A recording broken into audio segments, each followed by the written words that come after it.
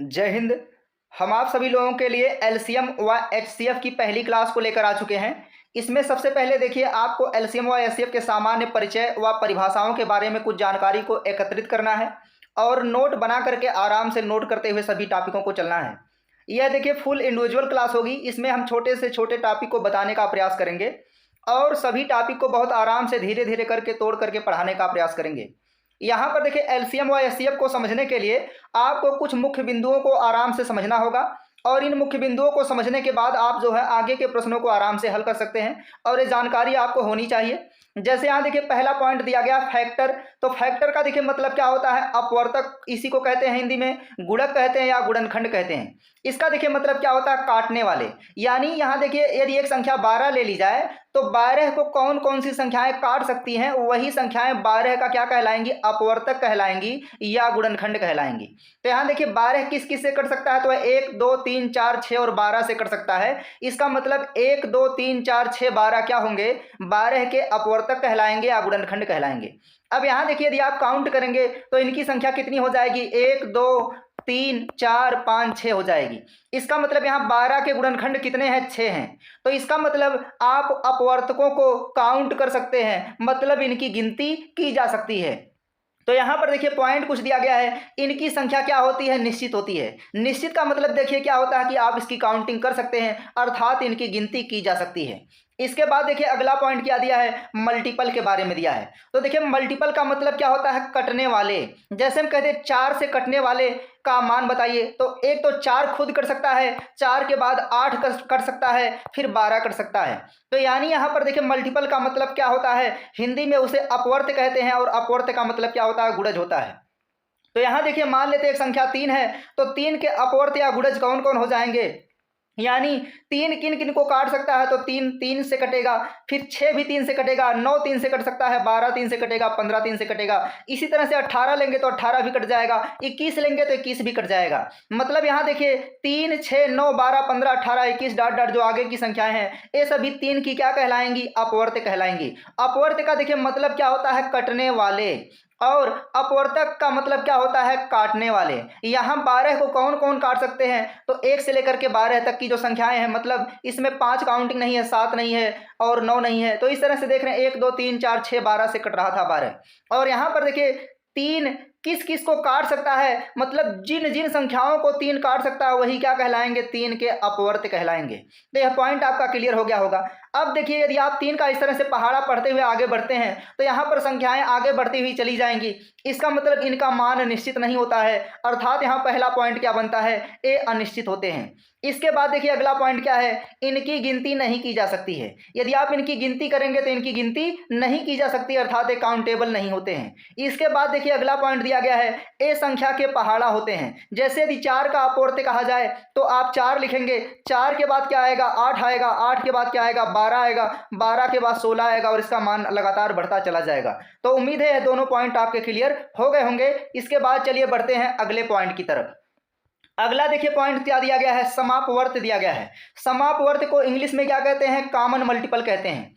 अब इसका मतलब देखिए क्या होता है, एक संख्या जो 2 या 2 से अधिक संख्याओं से पूर्णतः विभक्त होती है वह उन संख्याओं का क्या कहलाती है, समापवर्त कहलाती है। जैसे देखिए 2 3 4 और 5 से कटने वाली संख्या कौन है, तो 60 भी कटेगा, 120 भी कटेगा, 180 कटेगा। तो ये सभी संख्याएं क्या कहलाएंगी, 2 3 4 5 की क्या है, समापवर्त हैं।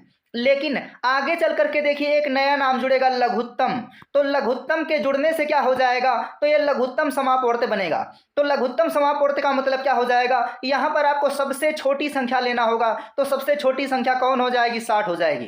तो यहाँ से लघुत्तम समापवर्त की डिफिनीशन क्या बनेगी, वह छोटी से छोटी संख्या जो दी गई संख्याओं से पूर्णतः कट जाए वही उन संख्याओं का क्या कहलाएगी, लासा कहलाएगी। तो यहाँ पर देखिए समापवर्त कौन होगा, तो समापवर्त में देखिए आप 60 भी ले सकते हैं, 120 भी ले सकते हैं, 180 भी ले सकते हैं। लेकिन जब लघुत्तम की बात कर दी जाएगी तो यहाँ पर सबसे छोटी संख्या लेना होता है, अर्थात 2 3 4 5 का लासा कितना हो जाएगा, 60 हो जाएगा। इसके बाद चलिए समझते हैं अगला पॉइंट। अगला पॉइंट देखिए आपको दिखाई दे रहा होगा, दिया गया है लघुत्तम समापवर्त। तो लघुत्तम समापवर्त का मतलब देखिए क्या है, वह छोटी से छोटी संख्या जो कि आपको ऊपर बता दिया गया है कि दी गई संख्याओं से पूर्णतः विभक्त हो। जैसे 3 5 और 6 से कटने वाली संख्या कौन है, 30 है, 60 है, 90 है। अब इसमें से सबसे छोटी जो संख्या होगी वही क्या कहलाएगी? लासा कहलाएगी। तो उम्मीद है यह पॉइंट भी आपका क्लियर हो गया होगा। इसके बाद बढ़ते हैं, अगला पॉइंट आपको स्क्रीन पर दिखाई दे रहा होगा, समापवर्तक लिखा गया है। देखिए समापवर्तक का मतलब होता है कॉमन फैक्टर। इसका देखिए मतलब क्या है? वह संख्या जो दो या दो से अधिक संख्याओं में से प्रत्येक को पूर्णतः विभाजित करे। जैसे यहाँ पर देखिए 10, 20 और 30 संख्या दी गई है, तो ऐसी संख्या आप चूज कीजिए जो 10 को भी काट दे, 20 को भी काट दे और 30 को भी काट दे। तो यहाँ पर 2 सभी को काट सकता है, इसके बाद 5 भी सभी को काट सकता है और 10 भी सभी को काट सकता है। तो यहाँ पर 10, 20 और 30 के देखिए समापवर्तक कौन हो जाएंगे? 2, 5 और 10 हो जाएंगे। लेकिन आगे चल करके एक नया नाम जुड़ेगा, महत्तम। तो देखिए महत्तम जब शब्द जुड़ जाएगा तो महत्तम के जुड़ने के बाद क्या होगा? यहाँ पर सबसे बड़ी संख्या लेना होगा। तो महत्तम का मतलब सबसे बड़ी संख्या, यानी वह सबसे बड़ी संख्या जो 10 को, 20 को और 30 को काट दे तो कौन हो जाएगी? 10 हो जाएगी। इसलिए यहाँ पर ऐसे प्रश्नों में मासा कितना लेना होगा? आगे चल करके 10 लेना होगा। अब चलिए बढ़ते हैं आगे और समझते हैं महत्तम समापवर्तक के बारे में। देखिए महत्तम समापवर्तक को शॉर्टकट में एचसीएफ कहते हैं, यानी हाईएस्ट कॉमन फैक्टर कहते हैं। इसका दूसरा नाम क्या है? जीसीडी है, जिसे क्या कहते हैं? ग्रेटेस्ट कॉमन डिवाइजर कहते हैं। इसका मतलब देखिए क्या होता है? वह बड़ी से बड़ी संख्या जो दी गई संख्याओं को पूर्णतः विभक्त करे, उन संख्याओं का महत्तम समापवर्तक कहलाती है। देखिए यहाँ समापवर्तक होना चाहिए था, थोड़ा गलती हो गई है, माँ के बाद जो है पा को लिख लेंगे, इसके बाद वर्तक हो जाएगा। देखिए लघुत्तम समापवर्त्य होता है और महत्तम समापवर्तक होता है। तो इन शब्दों को पर आपको विशेष ध्यान देना है। इसके बाद चलिए समझते हैं। तो मासा का मतलब क्या है? वह बड़ी से बड़ी संख्या जो दी गई संख्याओं से पूर्णतः विभक्त हो, वो लासा। देखिए लासा में क्या बताए? वह छोटी से छोटी संख्या जो दी गई संख्याओं से पूर्णतः विभक्त हो, लासा कहलाती है। मासा का मतलब वह बड़ी से बड़ी संख्या जो दी गई संख्याओं को पूर्णतः विभक्त करे या काट दे, दी गई संख्याओं का मासा कहलाती है। जैसे देखिए अभी ऊपर बताए थे कि 10, 20 और 30, 10, 20 और 30 को काटने वाली संख्याएं कौन है? पूर्णतः 2, 5 और 10 हैं। लेकिन इन तीनों में सबसे बड़ी संख्या कौन है? 10 है यहाँ पर। इसलिए यहाँ पर देखिए महत्तम समापवर्तक कितना माना जाएगा? 10 माना जाएगा। अब चलिए आगे बढ़ते हैं और कुछ मुख्य बिंदु दिए गए हैं, इन मुख्य बिंदुओं को आराम से समझते हैं। यहाँ देखिए पहला मुख्य बिंदु दिया गया है, 2 या 2 से अधिक सह अभाज्य संख्याओं का एलसीएम उनका गुणनफल होता है तथा एचसीएफ सदैव 1 होता है। जैसे आप एक संख्या 3 ले लीजिए, दूसरा 5 ले लीजिए।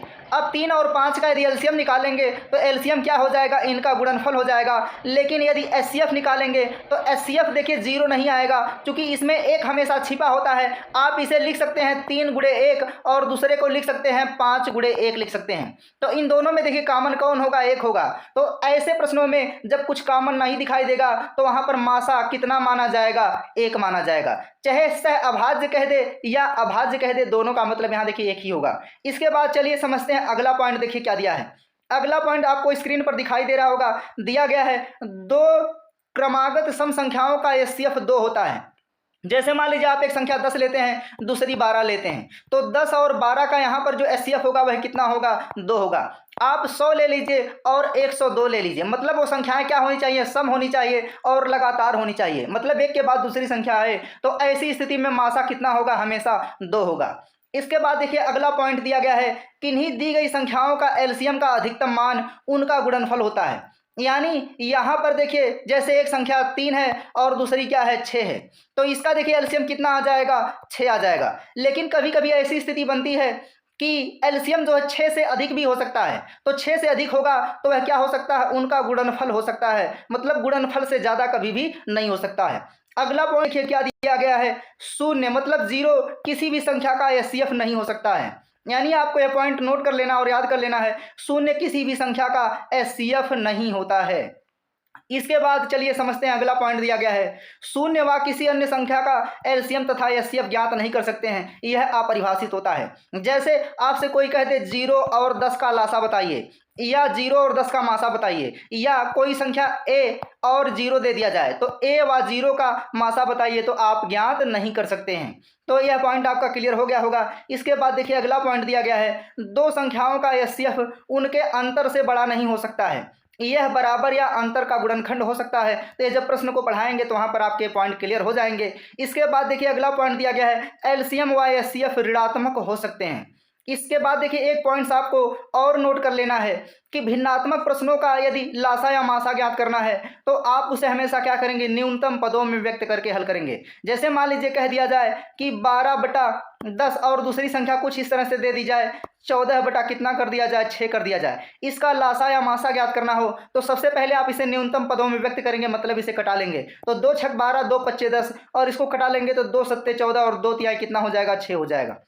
तो यानी आप जो है बिना कटाए हुए प्रश्नों को हल नहीं करेंगे। यदि बिना कटाए हुए प्रश्नों को हल करेंगे तो आपका उत्तर क्या हो जाएगा, गलत हो जाएगा। इसके बाद चलिए समझते हैं अगला। देखिए प्रश्न क्या दिया गया है, इसको एक बार आप सभी लोग नोट कर लेंगे। इसके बाद देखिए अगला क्या दिया गया है। अगला देखिए टॉपिक दिया गया है एलसीएम व एचसीएफ निकालने की विधियां। तो एलसीएम व एचसीएफ निकालने के लिए देखिए कितनी विधियां होती हैं, 2 विधियां होती हैं। पहला है गुणनखंड विधि, दूसरा क्या है, भाग विधि है। अब देखिए यहाँ पर एक उदाहरण दिया गया है और उदाहरण से जो है आपको इन दोनों विधियों को समझना है। इसके बाद एक जो तीसरी विधि है जिसे आप आसानी से अप्लाई करेंगे उस विधि को भी लास्ट में समझना है। तो चलिए अब समझते हैं एलसीएम व एचसीएफ निकालने की कौन सी विधि, गुणनखंड विधि। तो यहाँ देखिए 12 दिया है, 20 दिया और 24 दिया है। तो सबसे पहले गुणनखंड विधि का प्रयोग करेंगे तो 12 का गुणनखंड लिखेंगे। तो 12 को 4 3 12 लिख सकते हैं और 4 का मतलब 2 की घात कितना हो जाएगा, 2 और गुणे 3 की घात 1 हो जाएगा। अगला 20 दिया गया है तो 20 को लिख सकते हैं, देखिए कितना, 20 को लिख सकते हैं 4 पच्चे 20 यानी 2 की घात कितना, 2 और गुणे 5 की घात कितना हो जाएगा, 1 हो जाएगा। इसके बाद देखिए आपको दिखाई दे रहा होगा 24 दिया गया है। तो 24 का मतलब 8 3 24 और 8 को देखिए लिख सकते हैं 2 की घात 2 और गुणे 2 की घात 1 और गुणे कितना कर देते हैं, 3 की घात 1 कर देते हैं। यहाँ अलग इसलिए लिखा गया है क्योंकि आपको लासा व मासा निकालने में सुविधा होगी। अब यहाँ देखिए यदि एलसीएम निकालना है तो एलसीएम का मतलब सबसे पहले देखिए क्या है, जो सभी में कॉमन है उसे ले लेना है। तो यहाँ देखिए सभी में कॉमन कौन है, 2 की घात 2 सभी में कॉमन है। तो आप क्या करेंगे, एलसीएम निकालते समय 2 की घात 2 सब में से कॉमन ले लेंगे। इसके बाद देखिए जो बचता है उसे भी ले लेते हैं। तो बच कौन रहा है, 2 की घात 1 बच रहा है तो 2 की घात 1 को भी ले लेंगे। इसके बाद देखिए यहाँ पर कौन कॉमन है, तो 3 की घात 1 कॉमन है पहले और तीसरे में, तो 3 की घात 1 कॉमन ले लेंगे। अब यहाँ 5 की घात 1 बच रहा है तो 5 की घात 1 से क्या करा लेंगे, गुणा करा लेंगे। अब गुणा कराएंगे तो यहाँ देखिए 2 चौक कितना हो जाएगा, 8 हो जाएगा और 8 त्रिक 24 और 24 का 5 में गुणा कर दीजिए, या तो ऐसे कर लीजिए 5 दूना कितना 10 और 4 3 12 और 12 दहा में कितना हो जाएगा, 120 हो जाएगा। तो यहाँ पर एलसीएम कितना हो जाएगा, 120 हो जाएगा। लेकिन यदि यहाँ पर देखिए कह दिया जाए कि एचसीएफ ज्ञात कीजिए तो एचसीएफ के लिए देखिए क्या करना है, जो सभी में कॉमन हो। तो देखिए सभी में कॉमन कौन है, तो सभी में कॉमन केवल 2 की पावर 2 है, इसलिए यहाँ पर एचसीएफ कितना हो जाएगा, 2 की पावर 2 होगा और 2 की पावर 2 का मतलब कितना हो जाएगा, 4 हो जाएगा। तो यह था एलसीएम व एचसीएफ निकालने की कौन सी विधि, गुणनखंड विधि। इसके बाद देखिए समझते हैं एलसीएम व एचसीएफ निकालने की कौन सी विधि, भाग विधि को। अब देखिए यहाँ संख्याएं आपको दिखाई दे रही होंगी, दी गई थी संख्याएं कितना, 12 दिया है। यहाँ पर देखिए 12 दिया है, 20 दिया और 24 दिया है। 12 दिया गया है, 20 दिया है और 24 दिया है। तो यहाँ पर देखिए हम नोट कर देते हैं, संख्याएं 12 हैं, 20 है और कितना है, 24 हैं।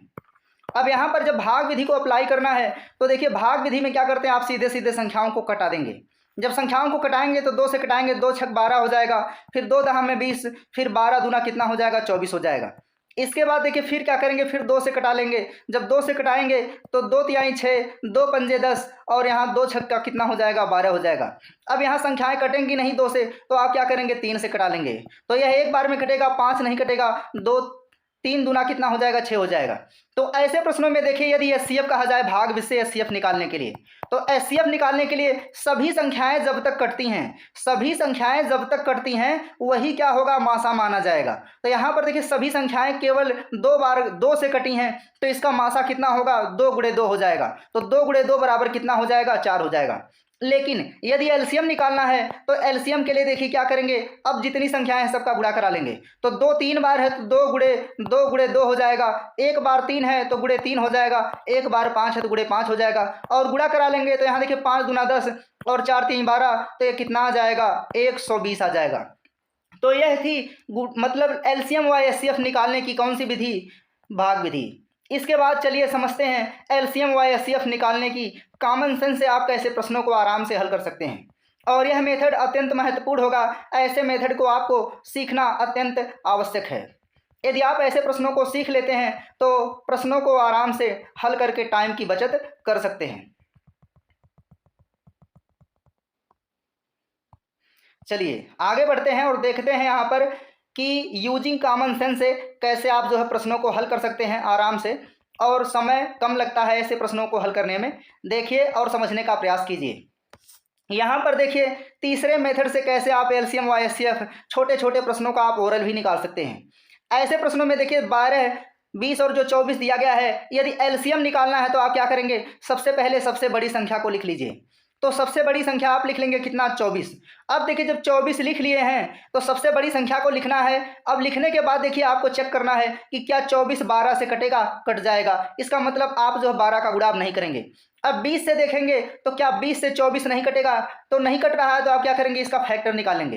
तो 24 का गुणनखंड करा लेंगे तो 4 गुणे कितना, 5 कर सकते हैं। अब यहाँ देखिए 4 से चेक करेंगे तो 4 से 24 कट जा रहा है, लेकिन 5 से चेक करेंगे तो 5 से 24 नहीं कट रहा है, इसलिए आप क्या करेंगे, एलसीएम निकालने के लिए 5 से गुणा कर देंगे।